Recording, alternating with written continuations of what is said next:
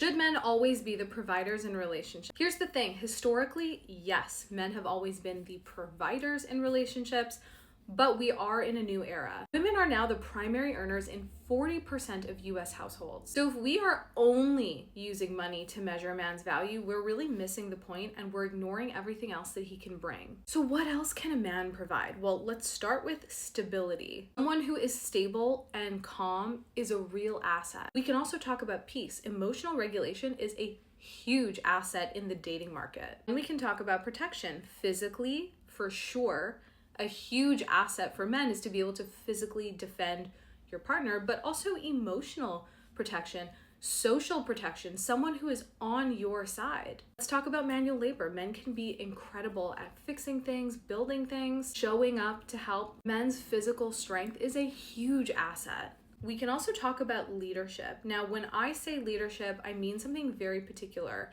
not dominance. Dominance implies there is a power differential and there's a superior party and an inferior party.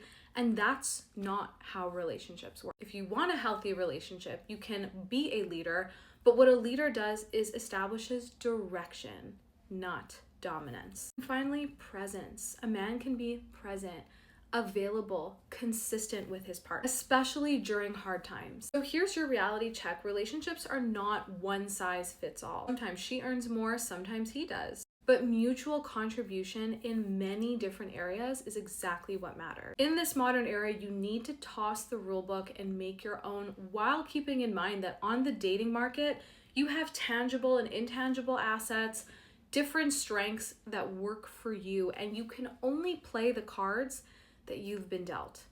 In other words, be yourself, be kind, be respectful, and all those things will equal out to being a man.